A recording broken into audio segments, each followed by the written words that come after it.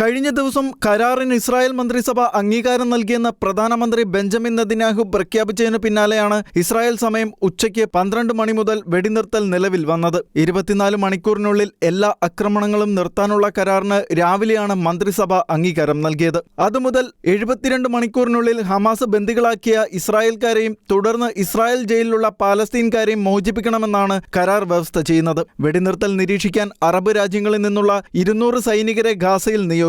ഗാസയിൽ നാളെ മുതൽ സഹായമെത്തിക്കാൻ യുഎന്നിന് ഇസ്രായേൽ അനുമതി നൽകി. 1.7 ടൺ സാധന സാമഗ്രികൾ വിതരണത്തിന് യുഎൻ സജ്ജമാക്കി. ഗാസയുടെ ചില ഭാഗങ്ങളിൽ നിന്ന് ഇസ്രായേൽ സൈന്യം പിൻവാങ്ങൽ പൂർത്തിയാക്കിയതായി US പ്രതിനിധി സ്റ്റീവ് വിറ്റ്കോക്ക് പറഞ്ഞു. വെടിനിർത്തൽ നിലവിൽ വന്നതോടെ ശേഷിക്കുന്ന എല്ലാ ഇസ്രായേലി ബന്ദികളെയും മോചിപ്പിക്കുന്നതിനായി ഹമാസിനായി 72 മണിക്കൂർ കൗണ്ട് ഡൗൺ ആരംഭിച്ചു.